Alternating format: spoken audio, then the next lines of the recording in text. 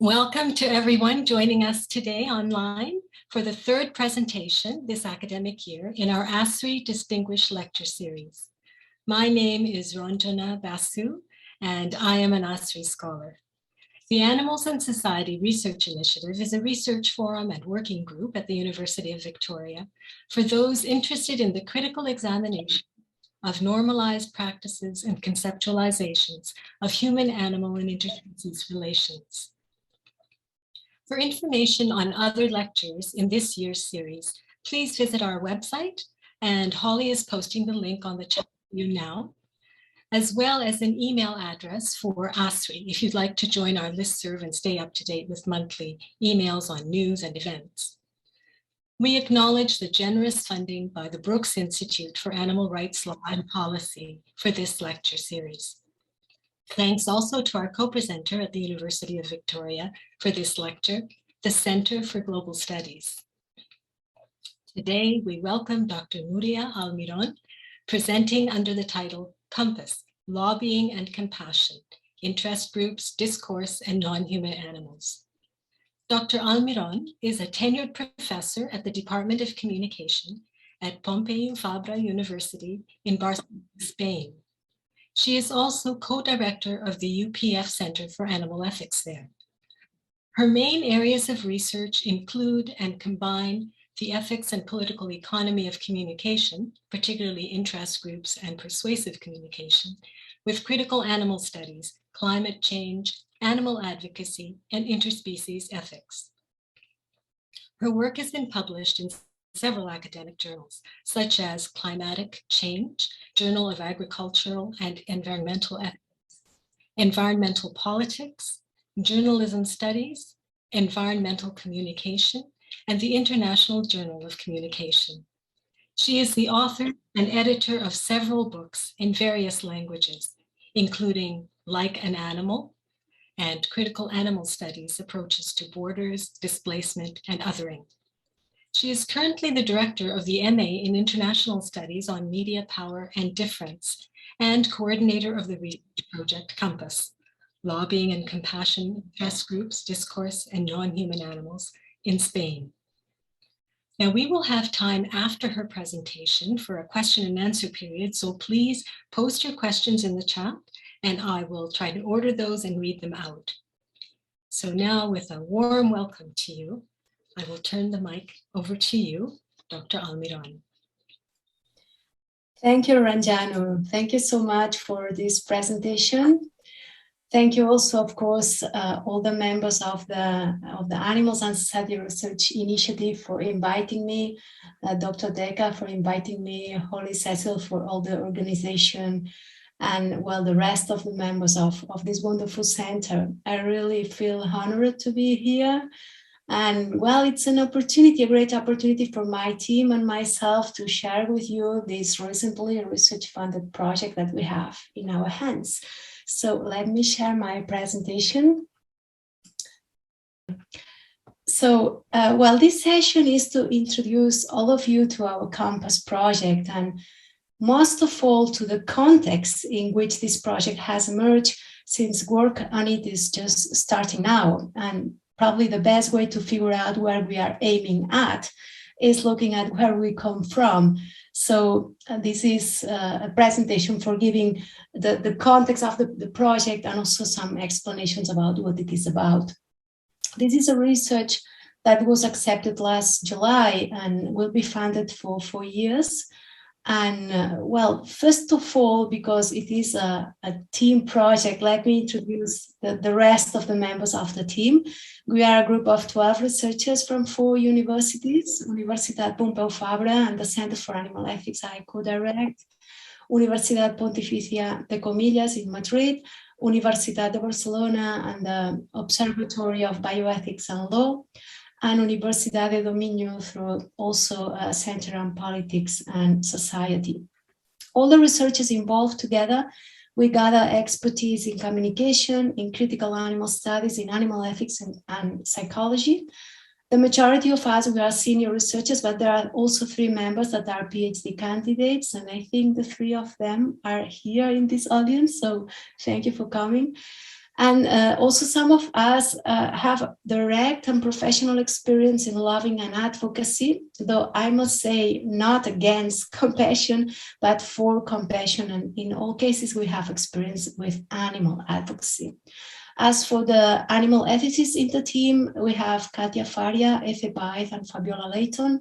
The psychologists in the team are Daniela Gualhorn and Antonio Núñez. And the rest of us, we are communication scholars working in the fields of influence, interest groups, advocacy, media discourses, narratives, marketing, and public relations. So what I will do in this presentation is first to introduce the theoretical framework of the project, which will also reflect our perspective.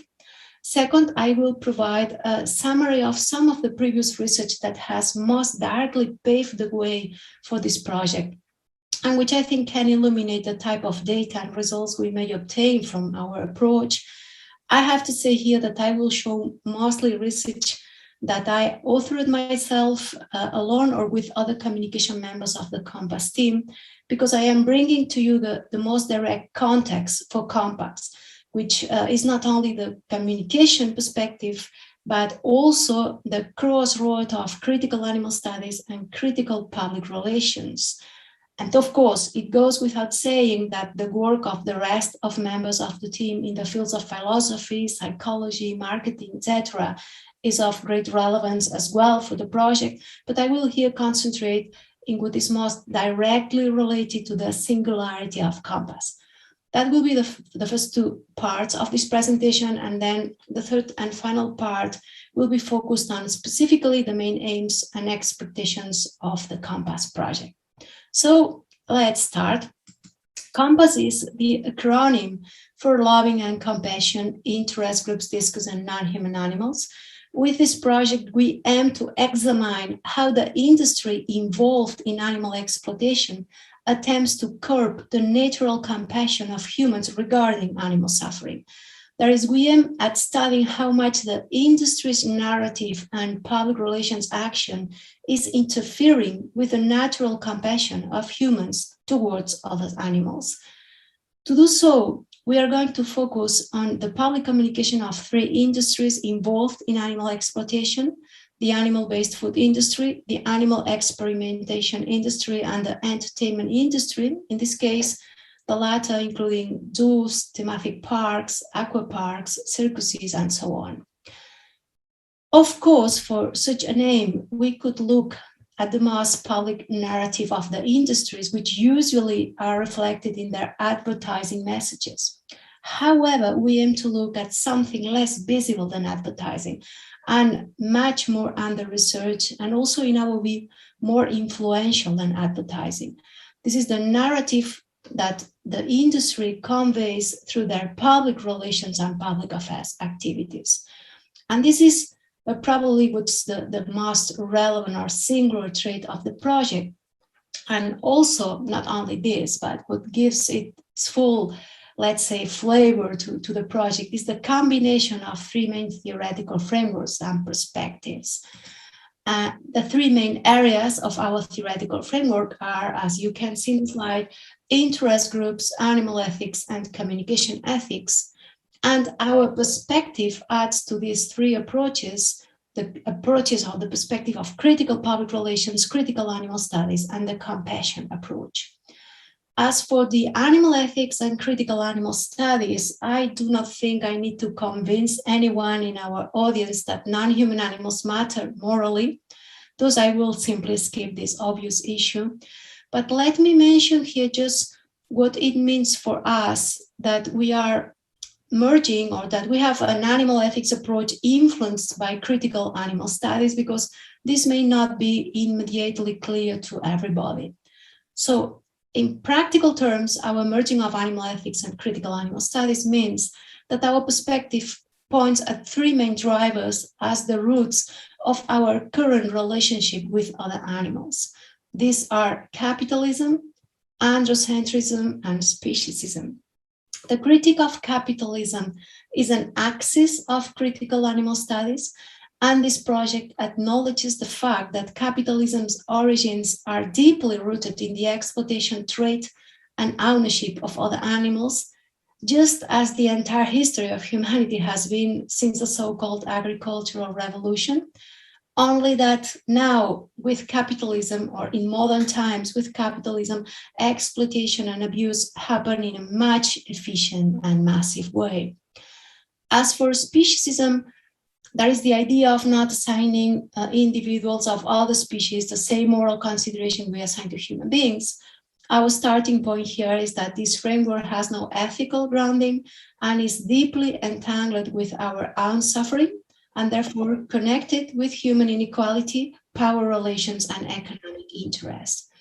And finally, our approach is also built to a large extent on research highlighting the gender dimensions of our treatment of non-human animals. For instance, the claim that in Western culture, meat functions as a symbol of patriarchy as a result of a long-standing alliance with manhood and power. So far regarding our animal defense approach, but I think that here you may be more interested in the other two frames.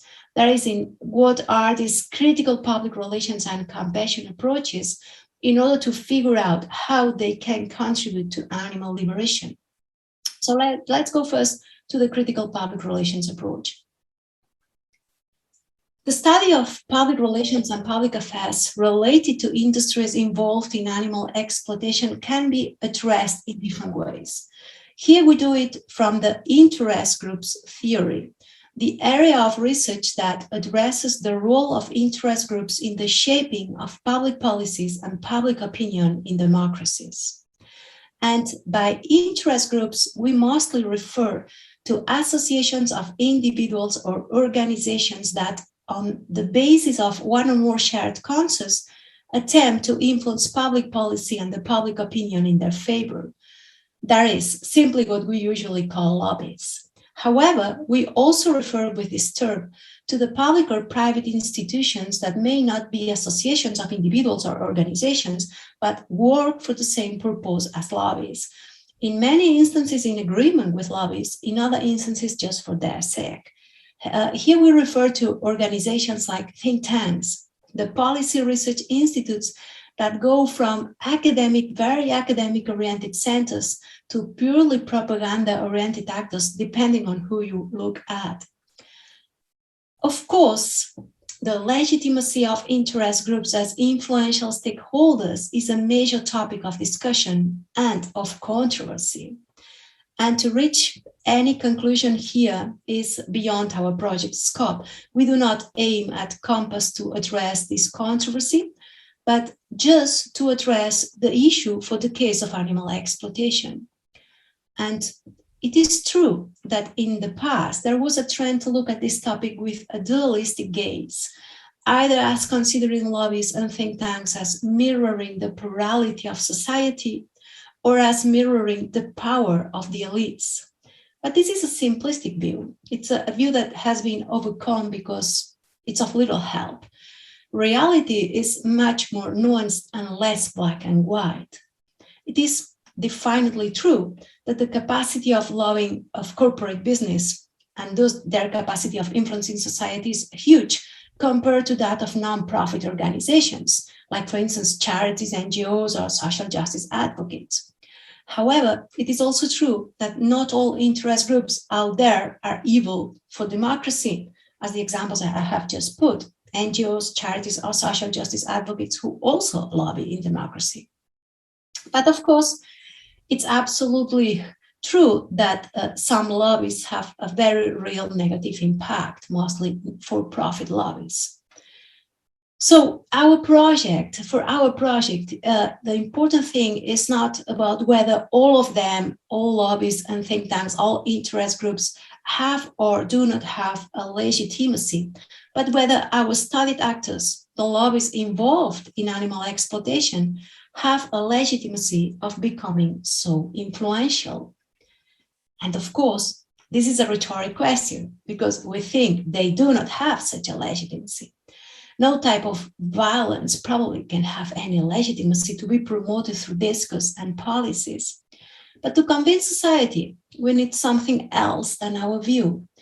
and providing evidences of the impact of interest groups on the natural compassion of people seems to us may produce such an evidence or at least contribute to. So the interest of compacts goes actually further than that. Interest groups are relevant actors per se for academic research. This is due to the fact that they have become very powerful generators of discourse and can play a major role in shaping society's perception, in this case, in our case, of our treatment of non-human animals. But also, this topic is of relevance and mostly for us, because interest groups are also key elements to understand the articulation of the animal-industrial complex, this so complex term that we use so often. And this is so because through interest groups is how corporate interest achieve its major discursive strength. And in this sense, it may be useful here to remember how lobbying is conducted mostly, because companies lobby through several channels, several mechanisms. In the first place, companies lobby through in-house lobbying departments when they can, mostly big corporations. That is, of course, direct lobby. This is only factual and likely for very big corporations who have resources and can have an impact by their own. Usually the impact is higher in association with others, but if you have resources, of course, you use all available means. The second way of lobbying for companies is through lobbying agencies, of course, by hiring public relation agencies that are specialized in lobbying. Lots of them are law companies, law firms. The third way of lobbying for companies is through individual lobbyists. That is, corporations may also hire external lobbyists, usually people who are former members of cabinets or former holders of high political positions and who keep a rich agenda of contacts in these political organizations they used to work for. And these are the three typical individual for companies ways of lobbying. But then we have the two other types which are the most important. Corporations also lobby by creating trade groups or business associations whose main aim is to lobby the political power on behalf of the whole sector or the whole industry. These are the organizations that we typically call lobbies, and they usually represent a relevant number of corporations from each sector or industry. And I would say all industries and all sectors are organized in this way. But we also have then what I call the umbrella lobbies. When the trade groups join in coalitions, that is in coalitions of lobbies, which of course have even more resources and power capacity to succeed in making their messages reach their target and persuade them. Note that not all interest groups' actions are directed to influence immediate policy decisions. Some are intended to gain access to policymakers or to create an atmosphere that will be conducive to the group in shaping future government policy. But it is particularly in the case of the creation of trade associations and coalitions of trade associations, the two in red in the slide, where the articulation of the conveyance and impact of the message and interest of the industries are optimized. And it is particularly through this capacity of organizing and influencing that interest groups contribute to the animal industrial complex. The animal industrial complex is, as I have said, a complex idea. It's an idea that Barbara Noske used for the first time in the late 90s, and that Richard Twine reviewed in 2012, introducing a rich analysis of it. A simple explanation of what the animal industrial complex refers to may be the capitalistic fabric in which the exploitation of non-human animals is embedded, and which nowadays involves much more than the food industry, but also all the other industries exploiting non-human animals, plus the political authorities actively supporting and perpetuating these practices with the assistance of the finance and media industries. Richard Twine alerted us of dealing with the term with caution, not to be fatalistic in our usages of it, but at the same time, not to underestimate what it points at. In this respect, it is useful to read Richard's words referring to the animal industrial complex. He said, on the one hand, the animal industrial complex concept points to relatively powerful alliances and networks in particular sectors of the global economy that strive to maintain a hegemonic position. It underlines how capital accumulation and resource control may become the overriding rationale in spheres such as global food production or military conflict, and how these relations are implicated and used as conduits for geopolitical strategies. And he ended, it could be a mistake, arguably, to overplay the degree of control that particular actors and actor networks are assumed to have. Richard Twain in this paper also alerted that the critical animal studies perspective, and I would add any other perspective, lacks a sophisticated understanding of how the complex endures across different regional, national, and global scales. This degree of complexity makes clear that a rhetorical concept of the complex, a rhetorical understanding of the concept, is wholly inadequate and needs to be radically strengthened with expertise from, Richard Twain says, sociology, science, technology, geography, or critical economy.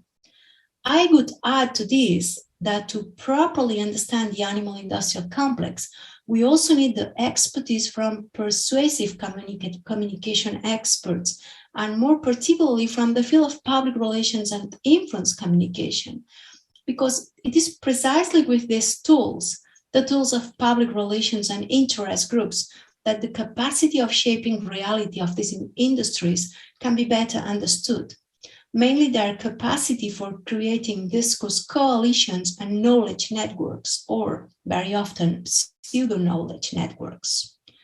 At least, this is what we have found in our previous research. And thus I will move now to the second part of the presentation to provide a number of examples illustrating how critical public relations merging with critical animal studies and animal ethics can be useful. So first of all, let me start with the paper in which Laura Fernandez and myself argue for the incorporation of the animal standpoint into critical public relations research. The field of public relations is often related to solely materialistic aims, to profit, commodification, to the core of capitalism. And of course, there are lots of public relations professional efforts that confirm this thesis. And fortunately, in the academia, the bulk of research about public research has mostly public relations research has mostly attempted to serve this external reality. Therefore, teaching and researching with the main aim of helping optimize public relations as a tool to influence society, pretending to adopt a neutral stance that professionals of public relations usually verbalize as having no ideology, as if their work was only about the tools they use, like neutral professional PR tools, not about the results they obtain with these tools. Fortunately, there is also ethical professional public relations out there, and most important for us, critical research in public relations has been blossoming in universities since the end of the 1990s. In this regard, critical public relations has become a label pointing at research and reflection that instead of reinforcing the power involved in public relations, it rather challenges this power and challenges the dominant paradigm within PR teaching and practice. In this sense, critical public relations share with the rest of critical research in communication similar roots and aims. For instance, it is equally grounded in the critical theory of the Frankfurt School and in the idea that we need to challenge current assumptions, that we need to alter boundaries to produce paradigm shifts, that we need to produce a critique of mainstream theories, policies, and practices. In 2005, Judith Motion and Kay Weber clarified what this means in practical terms by saying that, quote, the task for the critical public relations scholar is to investigate how public relations practice uses particular discursive strategies to advance the hegemonic power of particular groups and to examine how these groups attempt to gain public consent to pursue their organizational mission, end quote. More recently, in 2016, Health and Schiffer stressed that the aim of the field of critical public relations is to go beyond the simple criticism of public relations and to aspire for a social critique that leads to human and social emancipation. Accordingly, Laura and myself, in this paper, we argue that human and social emancipation through communication practices cannot be undertaken if we continue to reproduce the species paradigm through these practices. That is, the positioning of humans at the very center of meaning, value, knowledge, and action. For us in this paper and in the whole Compass project, a real human emancipation is not possible without the suppression of all types of violence. And therefore, we encourage in this paper the field of critical public relations to endorse the critique of speciesism and the views of critical animal studies and animal ethics. We explain in this paper how this can be done through research and reflection on the areas of ethics, discourse, and political economy of public relations. And these are ideas also at the very roots of the Compass project, that embracing the animal standpoint in critical public relations is an essential step to furthering the study of power, hegemony, ideology, propaganda, or social change, and to accomplishing the emancipatory role of research, I would say, not only in PR, but in general. A number of ideas we provide in this paper with Laura, I have had the opportunity to put it in practice along with other researchers and obtain fruitful results with them. For instance, in my chapter, The Political Economy Behind the Operation of Other Animals, I focused on the agri-food industry in Europe. The agri-food industry has been particularly central in recent decades in political decisions that need social consent. In the EU, for instance, the Common Agricultural Policy has been reshaped to reduce environmental impacts, and some changes also have been implemented for so-called animal welfare in relation to cages, crates, and feeding. Of course, the essence of the current model of agri-food animal oppression has not been challenged in the slightest in Europe or elsewhere. But it is obvious that we need a change in values for a real shift towards an economic system free from non-human animal exploitation. And in this chapter, I argue that such a needed change in values is consistently contested by the interests of the economic elites, which use their substantial resources, political power, and communication skills to dominate or attempt to dominate the narrative and to shape policies. The question here is therefore, how does this exactly happen? The answer to this question is, of course, complex. It involves several variables. However, our object of study here is typically neglected, and it's a very relevant variable. This is the capacity of the economic elites for manufacturing social consent through their public relation resources and skills. In this chapter, I did not address pure lobbying, but the capacity of the industry to create what may seem scientific knowledge and the capacity for networking of the European Agri-Food lobby. This is called by previous authors as the knowledge interest nexus. There is the capacity to generate scientific knowledge, at least in appearance, which is serving a particular interest and which is able to be homogeneously spread by a network of actors. And why PR, public relations, when I say PR, I mean all the time public relations, has gone from just lobbying to a scientific knowledge facade? Well, simply because of the heavy reliance on scientific research of public policy and media discourse in the last half century. But this is not all. Research also shows the amazing networking capacity of the agri-food industry thanks to PR tools. The animal-based food industry has a high capacity of networking through transnational actor constellations and coalitions that, of course, produce in turn a higher capacity to influence policymaking, the media, and public opinion. Let's take, for instance, the Food Ring Europe as an example. The graphical constellation you have in this slide is the Food Ring's constellation of alliances. Food Ring Europe represents the interest of the food manufacturers in Europe, and of course, it is highly dominated by animal-based food industries within it. This is a coalition of organizations, an umbrella lobby, and this organization goes far beyond just lobbying through this constellation of influence. Food Ring Europe uses at least 3 types of tools for knowledge dissemination. The first one is the common provision of funds for research to academic departments, university research institutes, professional associations, policy institutes, and scientific think tanks. That is, the regular and well-planned funding of research, of course, of convenient research for this umbrella lobby. This is a funding of convenient research that it's also called the co-opting of experts in research. Second, the provision of expertise to public agencies and governments, media outlets, and public opinion through the supply of experts and scientific data is the second way these lobbies create knowledge.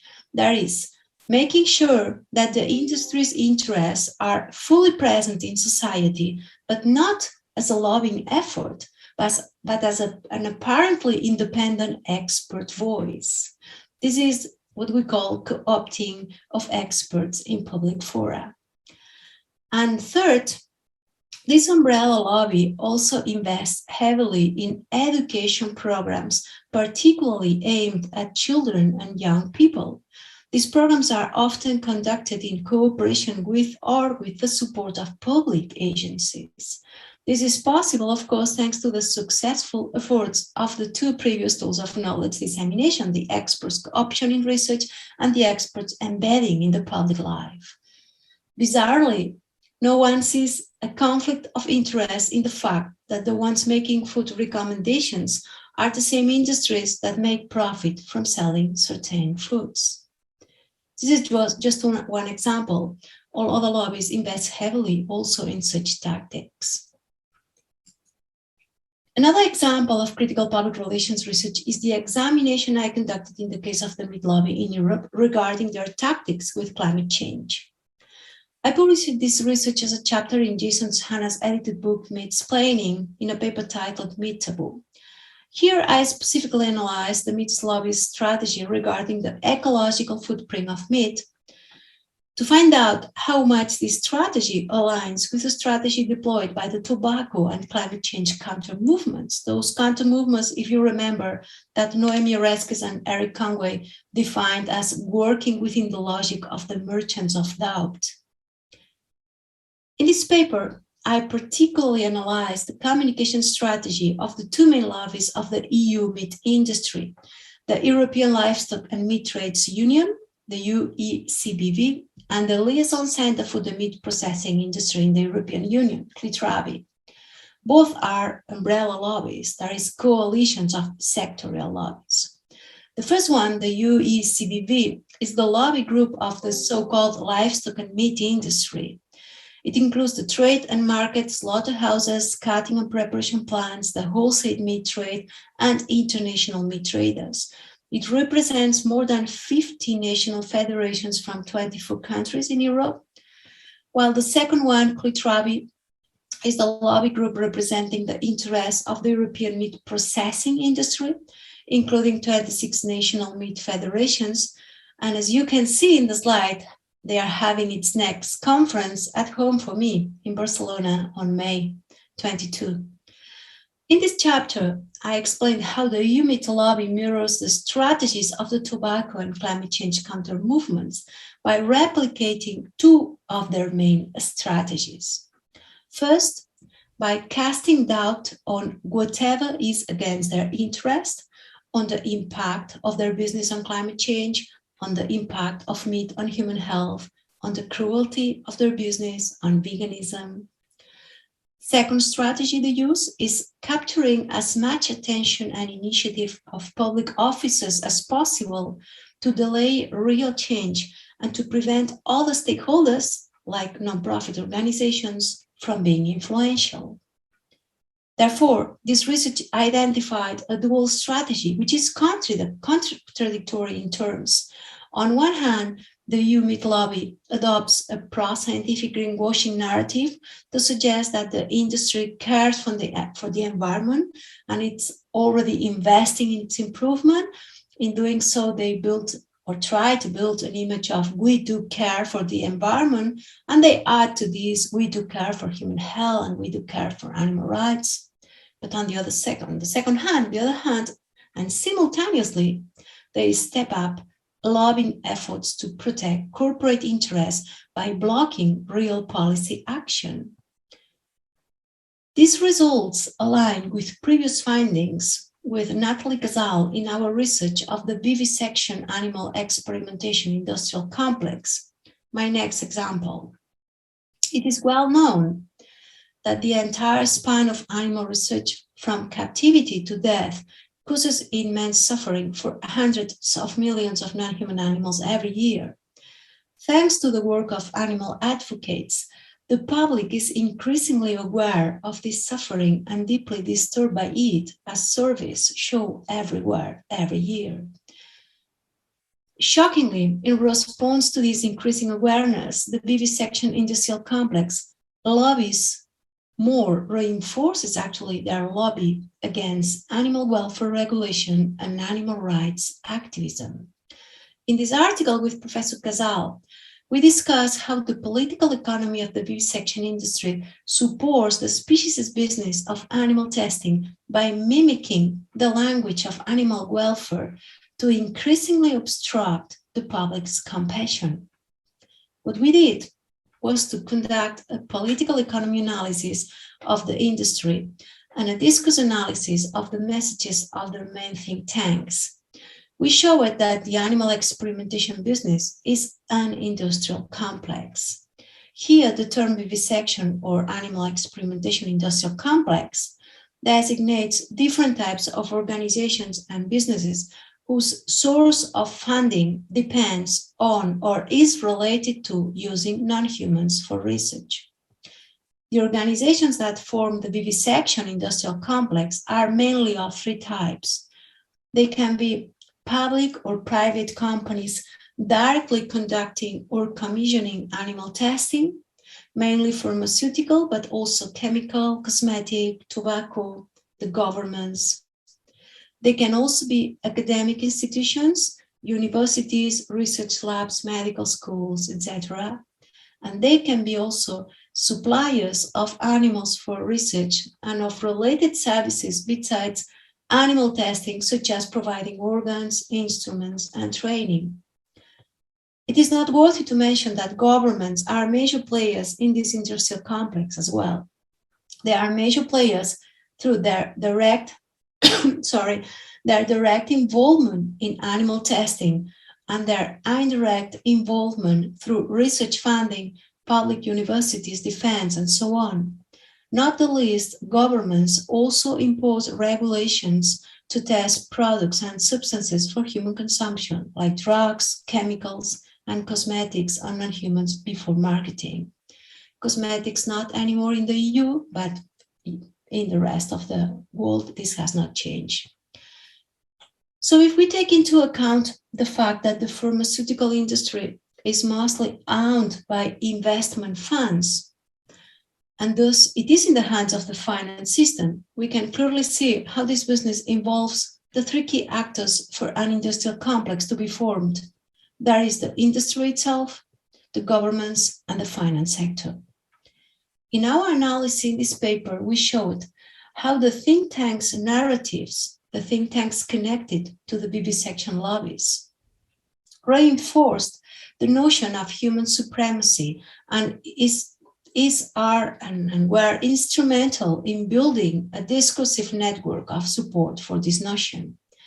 At the same time, we detected a contradictory narrative, like in the previous example. Here, the industry recognizes the problematic nature of its business and is forced to emphasize animal welfare concerns, but at the same time, they dismiss their ethical dilemma and justify their practices. From this research, we can easily note how critical public relations allows us to draw the bridges between capitalism and speciesism more empirically, not just in a rhetorical manner. That was also illustrated by another example of research, this time on the aquatic stools lobbies, or as John Denayer called, the aqua prison business. In this case, the paper I am commenting is Slaves to Entertainment. And this paper is showing how PR has historically manufactured consent for orcas in captivity. Orcas in captivity is a relatively new phenomenon with an easily traceable history. In this paper, I show how critical public relations can be used to illustrate the perpetuation of speciesism according to the theory of oppression. This theory was described first by Donald Noel in 1968, but later adapted by David Niebuhr to speciesism. The theory of oppression refers to the fact that the exploitation and oppression of other animals is conducted following a three-step pattern. First, because of competition for resources. Second, because of economic interest of an elite. And third, because ideological conditioning for obtaining the social rationalization and legitimization of the previous human actions. The human abuse of orcas perfectly exemplifies the three factors of the theory of oppression. First, in this paper is shown how our perspective of whales, and more particularly of orcas, was initially driven by the competition for resources. Orcas were first seen by whalers as fishing competitors, and because of this, they were demonized and called killer whales.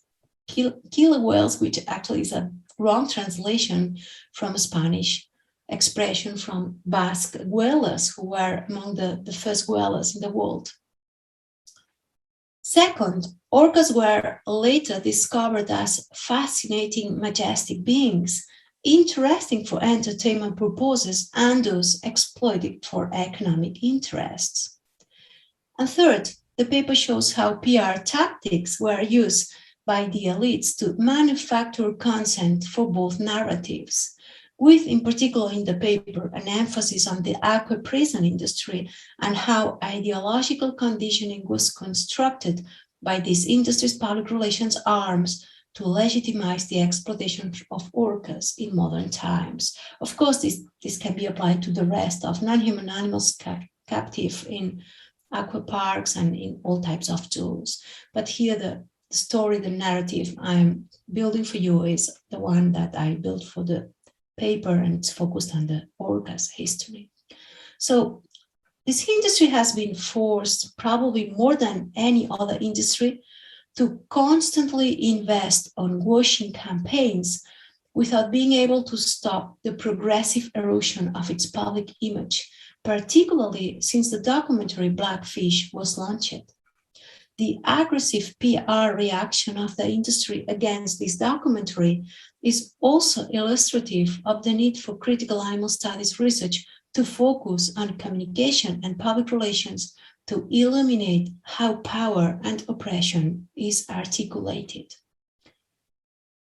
And finally, let me just comment on two works recently published by Miquel Rodrigo and Jose Antonio Moreno and myself on the role of think tanks in the diet discussion. In Manufacturing Ignorance, we studied more than 100 top think tanks in Europe. We wanted to know whether European think tanks had discussed animal-based diets regarding climate change policies and mitigation actions.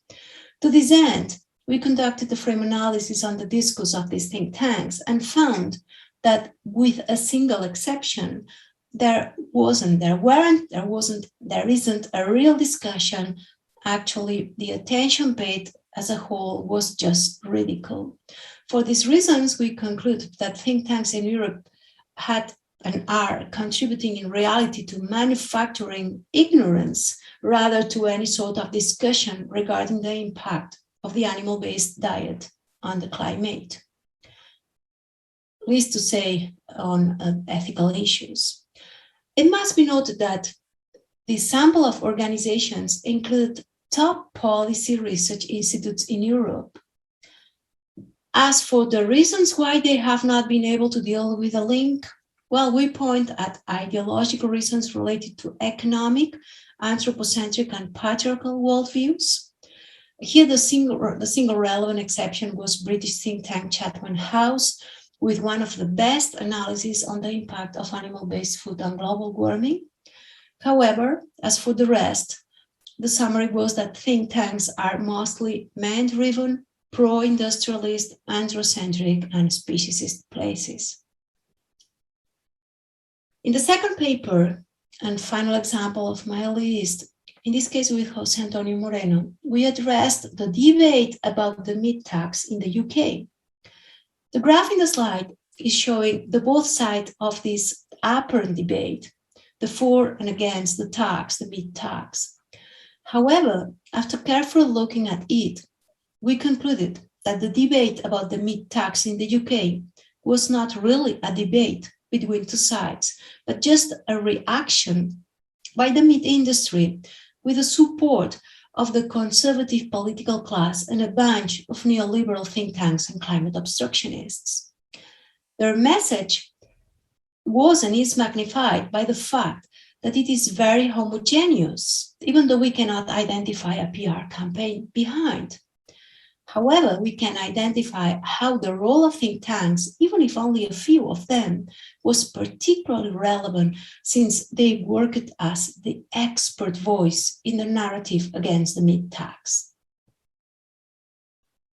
Overall, these findings and other that preceded our project have shown that there is a lot of potential for critical animal studies and animal ethics in the merging with critical public relations. But they also show the need to attend to influence and interest from a communicative perspective to better understand how the animal industrial complex works, to turn this abstract concept into a concept much more specific and fuller of meaning, and not just a term used to criticize animal exploitation without a clear understanding of what it involves. This is something that was claimed actually by Richard Twain in the paper I have mentioned from 2012, and that we fully endorse this claim. So from the roots, from all these roots, the Compass project was grown, though with a specific added trait, because the Compass project focused on lobbies and think tanks involved in animal exploitation, but in the fact that we look at particularly how they are curbing compassion. And why focusing on compassion? What do we mean with compassion? In this respect, our compassionate approach departs from the affirmative view of compassion by Martin Nussbaum, who considers compassion not as an irrational emotional, rather a moral one, a prosocial behavior, a response to the suffering of others and a willingness to alleviate it. Therefore, as a prosocial mindset and a proactive behavior against suffering, cultivating compassion can be seen as progress towards a more ethical society. Accordingly, blocking compassion can be seen certainly as ethically problematic. Adopting compassion as our lens for interest groups and animal exploitation is a rather unusual way of approaching empirical research. Animal exploitation is usually researched with a view centered on justice, rights, interests, Also, interest groups are far from being connected to compassion in PR research. We also consider this lens as interesting because it goes beyond the usual androcentric kit of values. Compassion promotes care instead of justice, or if you prefer, it can be seen as guiding justice. Actually, in this respect, Nussbaum asserts, quote, compassion is not the entirety of justice, but it both contains a powerful, if partial, vision of just distribution and provides imperfect citizens with an essential bridge from self-interest to just conduct, end quote. Nussbaum also states that compassion is a moral compass because it involves the recognition that the situation matters for the flourishing of the person in question. For us, as for Nussbaum, compassion is a distinctively moral emotion. Compass, our project, is going to test what can we get from research fully oriented towards this moral basement in the case of animal suffering and lobbies. In this context, our general goal for the project is to examine to what degree interest groups contribute with their discourse to curb compassionate action with respect to other animals in society, thus contributing to justify and continue our current relationship with non-human animals.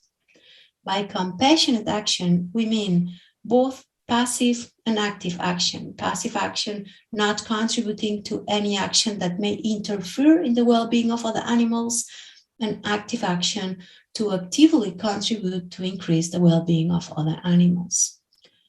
To fulfill this goal, we aim at studying the messages spread by a number of lobbies and think tanks in the case of Spain related to three industries, as I mentioned it at the beginning: the animal-based food, animal experimentation, and entertainment. Entertainment meaning mostly animal exhibition facilities, because these are the three industries that use the largest number of animals of all industries and whose revenues are more directly dependent on this exploitation. We have chosen Spain for logical reasons because we are mostly settled in Spain, but the network pattern in which the industries work and the EU policy umbrella behind where they act mean that messages and strategies are very similar, if not a replication everywhere in the EU. For the analysis, we will look at the messages, at their network capacity, at their links with capitalism, speciesism, and androcentrism, and at their contradictions. But that's the most important thing. We will do so through our main lens and final goal: how much the interest groups are working to curb the natural compassion of humans towards other animals. And from this, we expect to first increase our understanding of the evolving traits of interest groups in democracies, of how to unveil their illegitimacy when violence and oppression is involved, when moral discrimination is involved. Second, we aim at understanding how interest groups discourse and other animals are connected not only with capitalism, but also with speciesism, hegemonic masculinity, and other patriarchal pressures. Third, we aim at contributing to the raise of moral awareness regarding non-human animals within the research and practice of public relations. Fourth, we aim at increasing our understanding of discursive networks and the shaping of public opinion in the area of compassionate behavior. And finally, we aim at increasing our understanding of human inaction toward non-human animals suffering and discrimination. And here I finish this presentation. I hope this journey through how this project has been conceived and what it's about and what we expect from it has been of interest to you. And thank you so much for your attention and your attendance. Thank you so much, Dr. Almiron. That was so interesting, and it's such an exciting project. So we'll open things up now for a question and answer session, and maybe I'll just start off with a question. I'm so interested always in praxis, and wondering if you see any opportunity through your project for animal rights groups and environmental groups to work together. Yes, well, in fact, when we look at profit lobbying, we are always somehow giving tools for non-profit advocacy, because we are attempting to unveil their weak points, the way they work, how they articulate. So it should be easier. It's always very difficult, but it should be a little bit easier to understand how dismantle their narratives. So in doing so, of course, we always have in mind animal advocacy in the end, because our goal is not criticizing for-profit animal exploitation lobbies, and period. Of course, we do that with the aim of helping animal advocacy, because if you somehow dissect how this profit complex exploiting animals works, it should be easier for animal advocacy to counteract their narratives and their strategies. Of course, there will be always this huge disadvantage of resources in comparative terms, but I always say that we have on our side ethics, and there are no resources and money that can worth and equate this. Right. Thank you. There's a question from Kishore Dere. Would you like to comment on the role of animal industrial complex in China, Russia, and the Islamic world? Wow. Well, I have never done research particularly in these areas, just because I think we should work on the areas we live in. We are embedded in their cultures, we know their languages. So English is the furthest I achieve, but for these other regions, I have never conducted any sort of research directly, just read and of course know how they are. And well, particularly Russia and China are very problematic. In China, there is a growing animal advocacy movement, but there is also this huge effort by the government with only capitalist and economic oriented motivations, which has nothing else into account, which is very negative for the lives of so many animals. So it's a very difficult country. Russia, so far as I know, it doesn't have such an animal advocacy movement as in China, so it's even more difficult. For instance, in the case of the aqua parks, the aqua prisons, the whales and the dolphins in captivity and all those animals in those places, Russia has become, and China as well, but Russia particularly, a place where the industry is flourishing, while in Europe or in the US, the industry is under constant attack by not only animal advocates, but by also some clever media. That is not happening in Russia or China. And currently those countries are the ones owning the largest number of whales, for instance, in captivity for exhibition purposes. And it's very difficult to have any data about exactly what they are doing, where the animals are, what are their conditions. If it's something which, even in our countries, in Western countries, in the European Union or the US, for instance, it's difficult. It's much more difficult in China or Russia. So I only can say that these are very, very problematic places for animal ethics, yeah. Okay, great.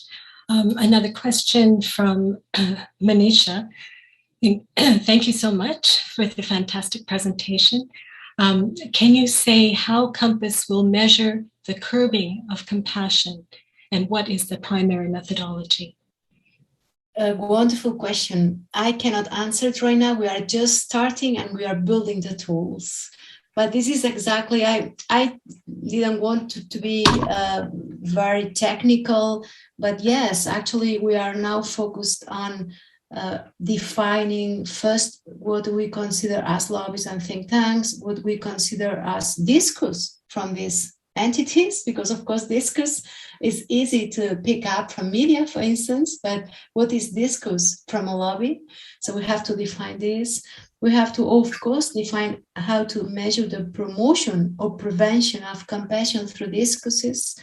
We have also to decide on how to analyze what is and what is not a network or a coalition, how to measure the impacts of capitalism, speciesism, and androcentrism. So we have some clues because of the previous research, but in general, the previous research, even there was one paper that was talking about compassion, but actually there was no empirical methodology. So all the research I have shown is not applying the compassionate lens as we are going to do it. So we have to build all these tools.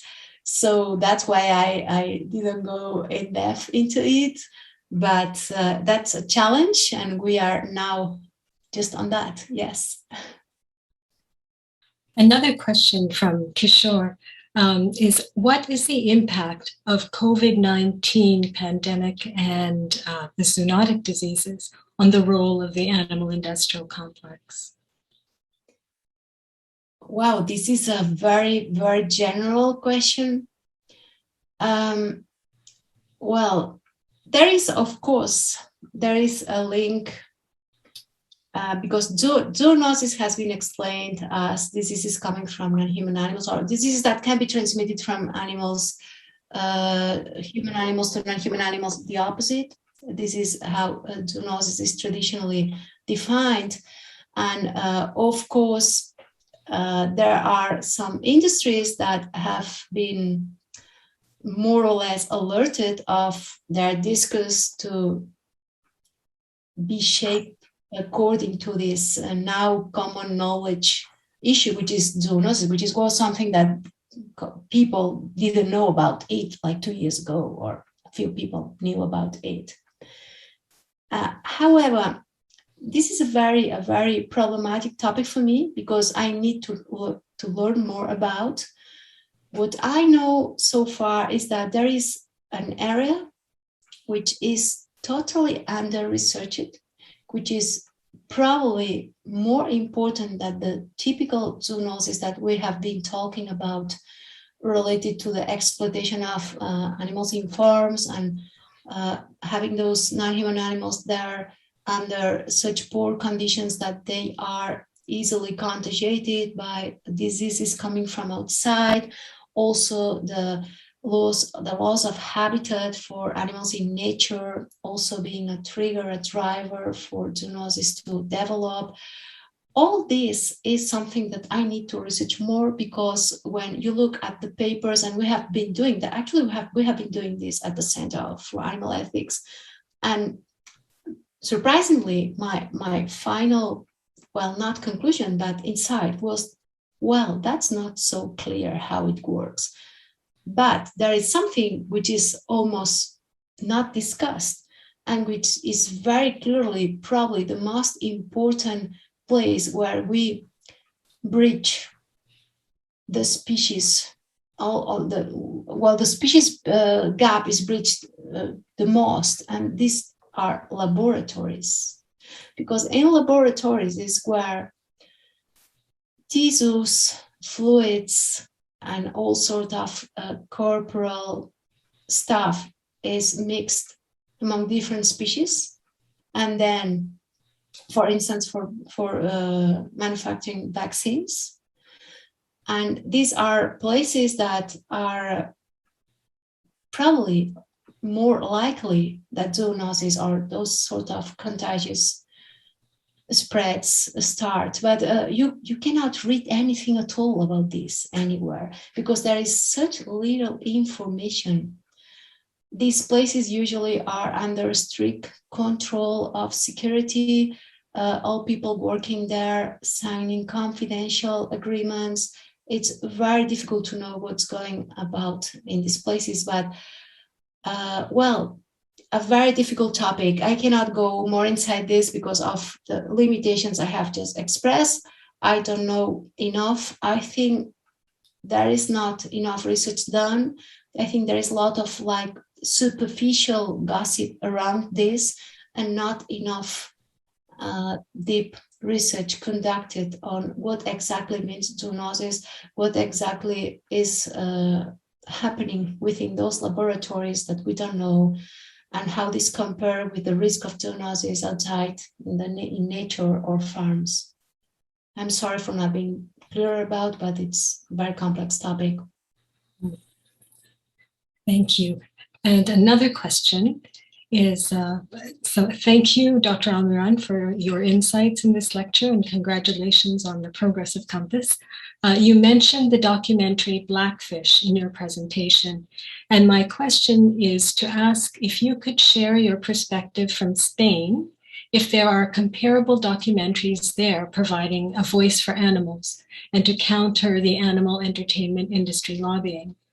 With your 2016 book, Critical Animal and Media Studies, and the influence of visual media on public opinion, do you see that being used as a tool in Spain by interest groups, either for or against animal compassion? Sure.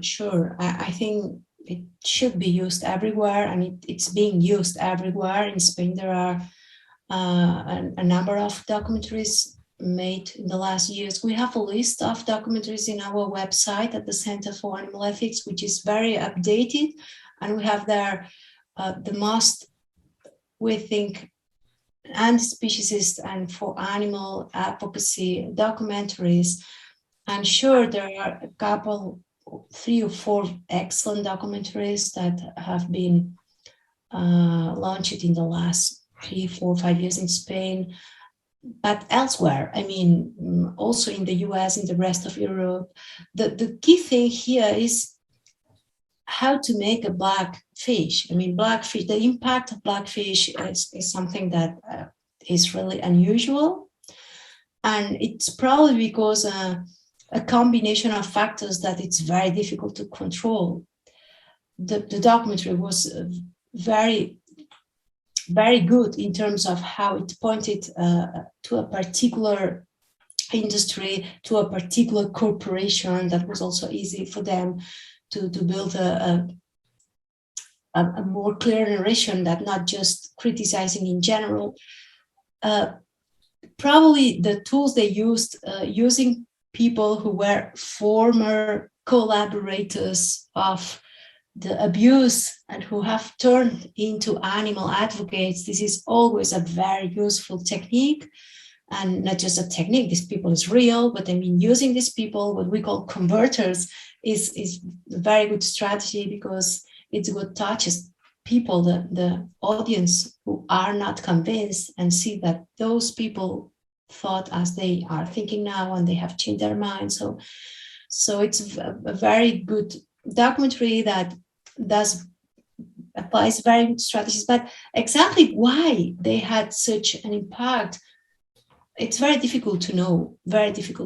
So I would say we have just go on trying, making good pieces of work, and trying, because also you need to touch and to address all the angles, all the perspectives in the audiences. And the audiences are not homogeneous. The audiences, of course, include people who are already very convinced about animal ethics, and people who are at all convinced, and in the midst you have all sorts of stages.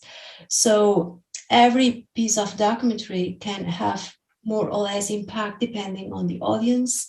So we just have to keep on producing good documentaries everywhere for all the different audiences, adapted to the different publics, and just try to do a good job and work in coalition with the other animal advocate groups in our areas, not struggling with them, but in coalition and coordination, and just keep our efforts going on, and other blackfish will appear. There are some other documentaries that we cannot measure their influence, because the influence of blackfish has been empirically proven because the SeaWorld company has been so enraged and created such a campaign against, and they have been forced even to stop somehow orcas performing, though not completely, but it's visible. But in other cases, it's not so visible, but there is a very, very profound impact as well.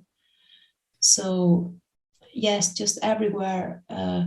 I cannot recommend any particular documentary for Spain. I just recommend go to our list of documentaries there because it's very complete. We update it regularly, and it's not just for Spain, but for all the documentaries we have knowledge about, and we know that they are abolitionist in their aim and not welfarist. Thank you. Another question from Manisha. With all the expertise you have, what do you think of the current emphasis on reducing consumption of animal foods as opposed to eliminating them and promoting full plant-based diets? Do you think the reduce discourse and even the focus on emissions rather than animal suffering are an industry strategy in the end? Yes.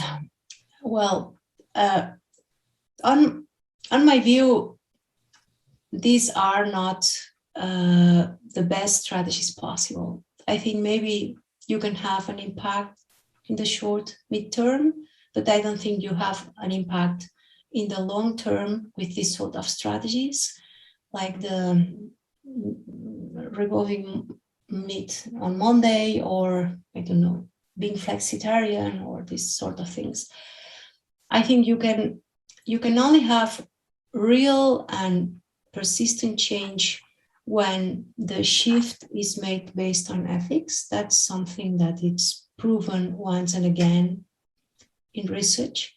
And that means that the rest of things, doing it because it's trendy, or because it's important for your health, or it's because it's important for the environment, in the end is where we see the largest number of people who come back to the previous diet and are not able to stay in it.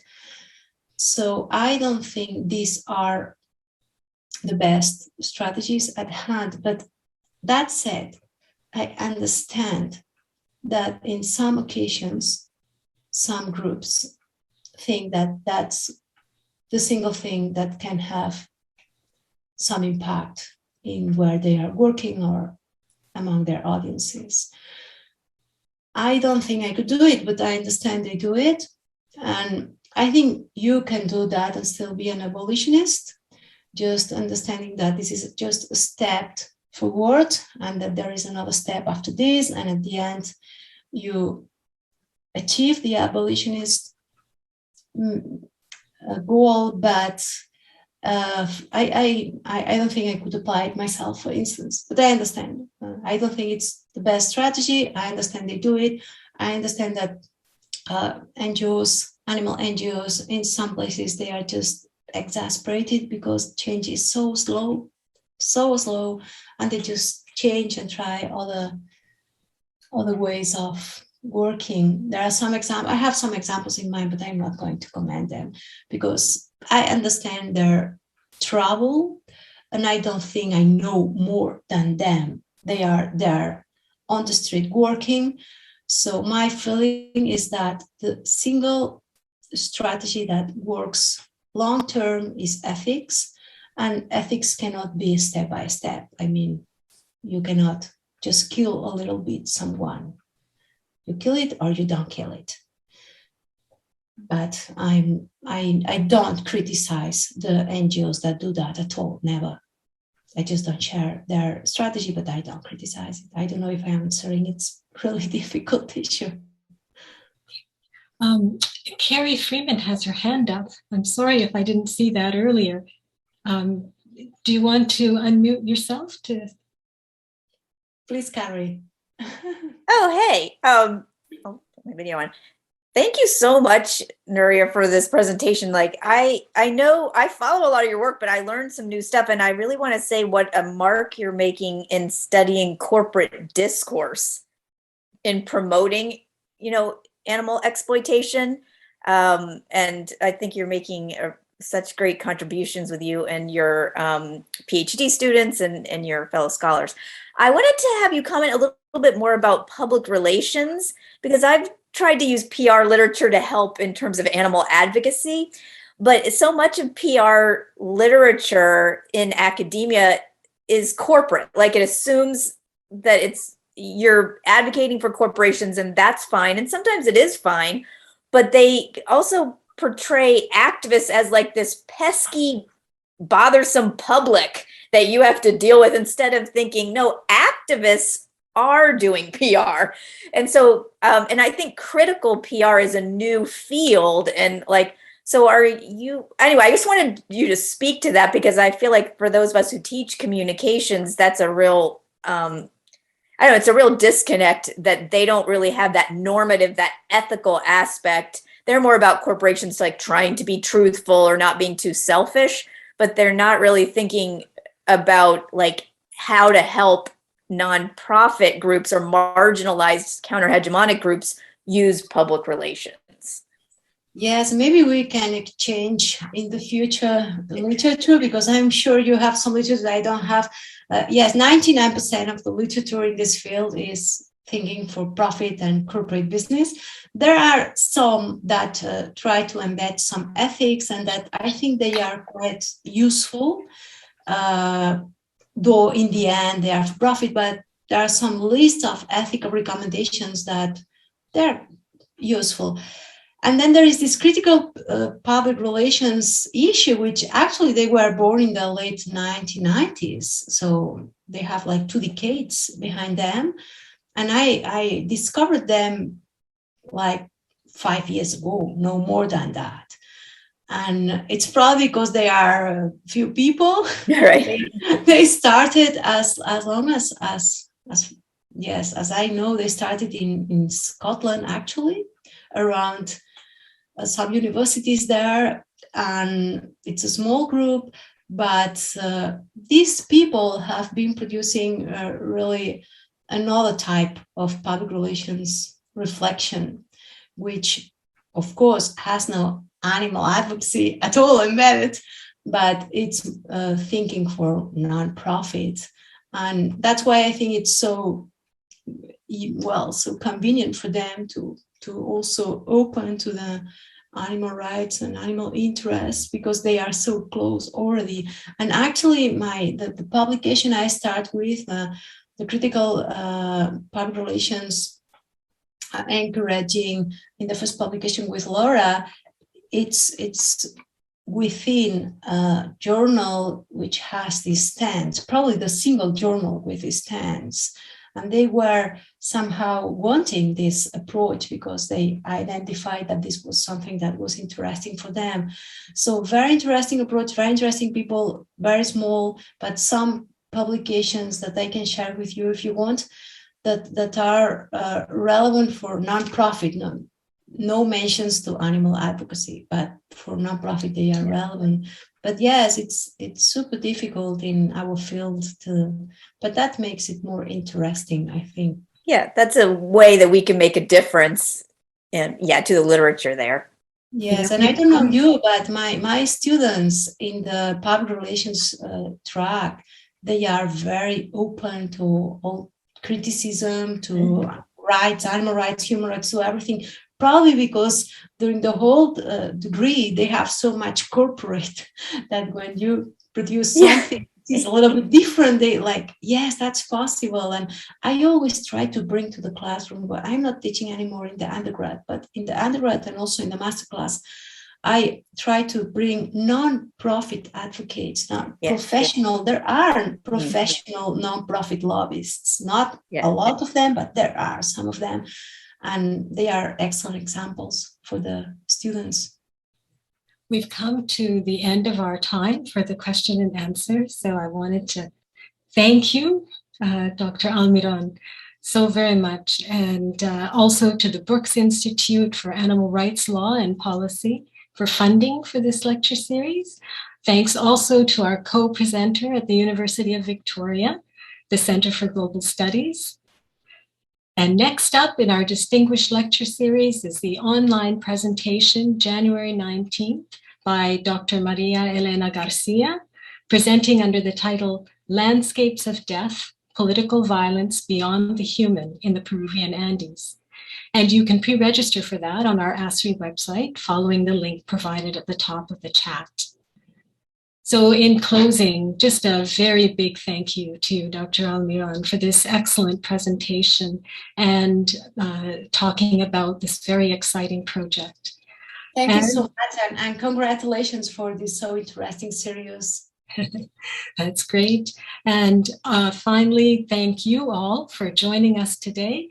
It was really a very wonderful event. Bye all. Bye-bye.